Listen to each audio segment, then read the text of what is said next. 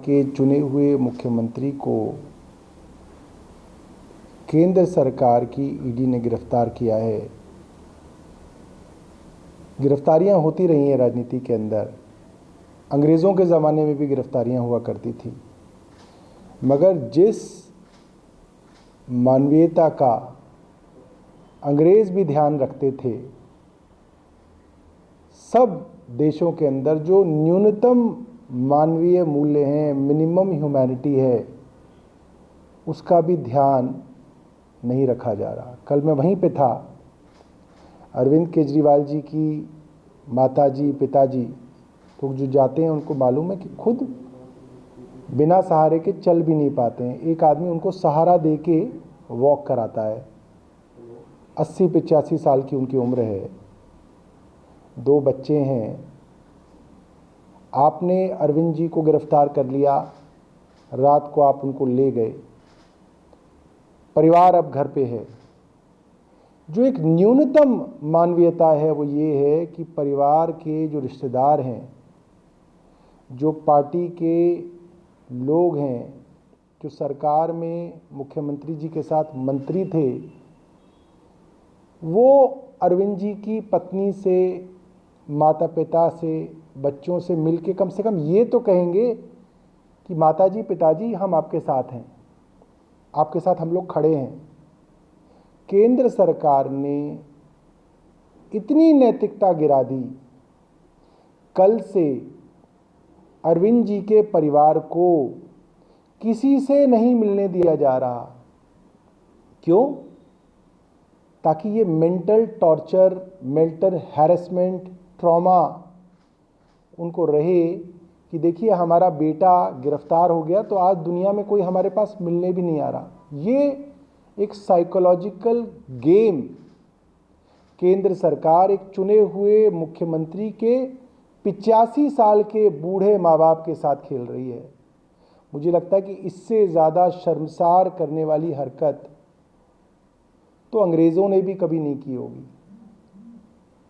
भगत सिंह भी गिरफ्तार हुए होंगे तो उनके माँ बाप जो है लोगों से मिल सके होंगे।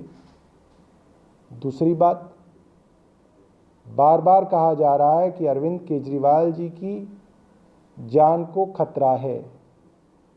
जो सरकार गैर कानूनी तरीके से बिना सबूतों के उनको गिरफ्तार कर सकती है, वहाँ अरविंद केजरीवाल जी की जान को खतरा है।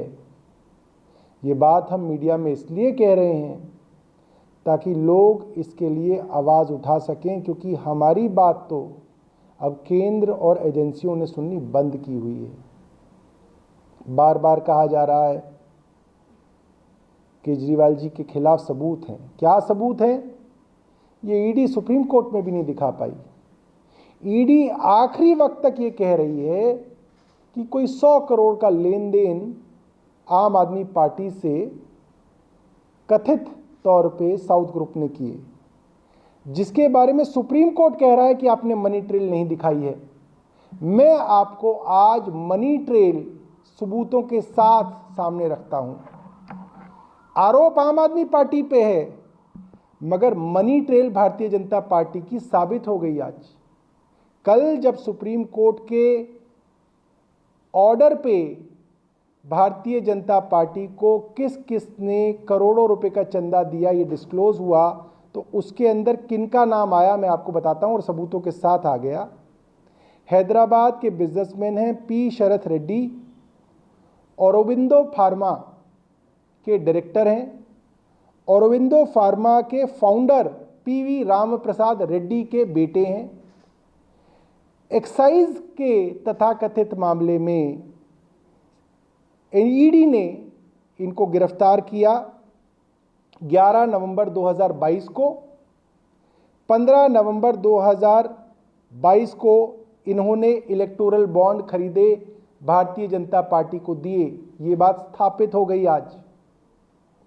उसके बाद कुछ महीनों के बाद जब औरोबिंदो फार्मा के पी शरथ चंद्र रेड्डी सरकारी गवाह बन गए, तो उसके बाद दोबारा से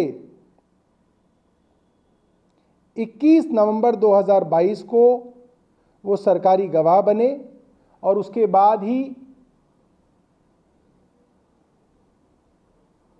माफ कीजिएगा, जून 2023 में शरद चंद्र रेड्डी सरकारी गवाह बन गए और नवंबर 2023 में, यानी कि सरकारी गवाह बनने के बाद, उन्होंने 25 करोड़ के इलेक्टोरल बॉन्ड औरोबिंदो फार्मा ने खरीदे जो भारतीय जनता पार्टी को दिए गए। कहने का मतलब ये है, एक आरोप तो अरविंद केजरीवाल जी की आम आदमी पार्टी पे है कि मनी ट्रेल नहीं है, ईडी मनी ट्रेल नहीं दिखा पा रही कि पैसा आम आदमी पार्टी के पास आया। मनी ट्रेल तो भारतीय जनता पार्टी तक पहुंच रहा है, इलेक्ट्रॉनिक मनी ट्रेल है, साबित है। अगर ईडी कहती है औरोबिंदो फार्मा के शरद रेड्डी ने हवाला किया, पीएमएलए किया, मनी लॉन्ड्रिंग किया, तो उनका पैसा तो सीधा सीधा भारतीय जनता पार्टी के पास 30 करोड़ रुपए आया। प्रोसीड्स ऑफ क्राइम तो भारतीय जनता पार्टी के पास जा रहा है, सबूतों के साथ जा रहा है, सुप्रीम कोर्ट के हवाले से आ गई ये बात, और आरोपी अरविंद केजरीवाल को बनाया जा रहा है। Money trail Bharatiya Janata party तक जा रही है। मैं नहीं जानता कि कोर्ट आज इन चीज़ों को देख रहे हैं या नहीं देख रहे हैं, मगर जनता ये सब देख रही है। ये चीज़ें सब पब्लिक डोमेन के अंदर है। मैं भारत की जनता से हाथ जोड़ के निवेदन करूंगा और भारतीय जनता पार्टी के समर्थकों को खास तौर पर निवेदन करूंगा, जो कल से अरविंद केजरीवाल को गाली दे रहे हैं, जो खुशियां मना रहे हैं, लड्डू बांट रहे हैं भारतीय जनता पार्टी के कुछ समर्थक कि अरविंद केजरीवाल को जेल भेज दी। आप जरा ये भी देख लीजिए कि ये पैसा तो भारतीय जनता पार्टी की तिजोरी में आया है। आप ये नैतिकता का सवाल भारतीय जनता पार्टी से पूछ नहीं पाएंगे, मुझे मालूम है, मगर आप ये सोचिएगा मन में कि खुशियां तो आप अरविंद केजरीवाल की गिरफ्तारी की मना रहे हैं और पैसा भारतीय जनता पार्टी को मिला है। बहुत बहुत धन्यवाद।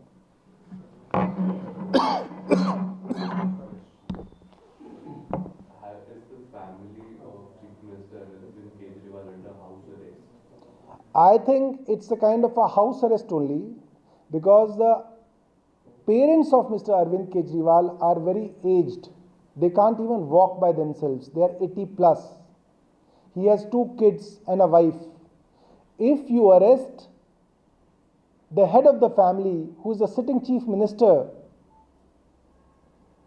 the family expects minimum that there will be some moral support from the family members, extended family members, relatives, party cadre, ministers, colleagues, friends. Nobody is being allowed by the central government to meet the family members of the chief minister. This is shameful. This is not even the minimum standards of morality which is expected from a central government. This is torturing the parents and the family of Arvind Kejriwal. This is putting a psychological pressure on them. And I'm very afraid. एक दिन पहले अरविंद केजरीवाल जी की माता जी अस्पताल से आई हैं, एक दिन पहले। ये बात अरविंद जी ने नहीं बताई, कोर्ट में भी बता सकते थे, कोर्ट में नहीं बताई ये बात, क्योंकि मामला न्याय का था। मैं आज आपको बता रहा हूं कि एक दिन पहले अरविंद केजरीवाल जी की माता जी अस्पताल से आई हैं, बेटे को जेल ले गए हैं और किसी से मिलने नहीं दिया जा रहा है, ताकि वो सोचें, परेशान हो कि भाई हमसे तो कोई मिलने ही नहीं आ रहा, हमसे तो कोई बात ही नहीं करने आ रहा। क्या हम पूरी दुनिया में इतने अकेले हो गए एक बेटे की गिरफ्तारी से? ये बहुत शर्मनाक है।